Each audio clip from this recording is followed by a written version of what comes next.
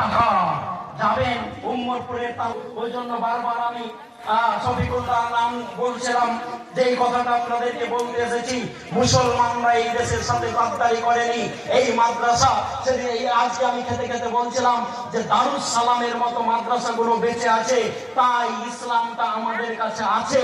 এই মাদ্রাসাগুলো যদি বন্ধ হয়ে যায়, এই ছিটে ফুটা ইসলামটুকু আমাদের কাছে আর থাকবে না।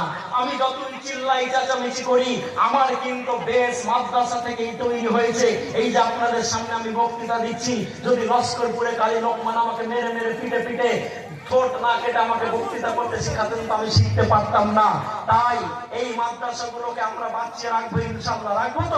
রাখবো তো যারা আমাদের উপরে প্রশ্ন চিহ্ন তুলো, তারা শুধু দারুল উলুম দেওবন্দ মাদ্রাসার ইতিহাসটা পড়ো, যেই মাদ্রাসাটাকে গড়া হয়েছিল দেশকে স্বাধীনতা এনে দেওয়ার জন্য। নারে তাকবীর।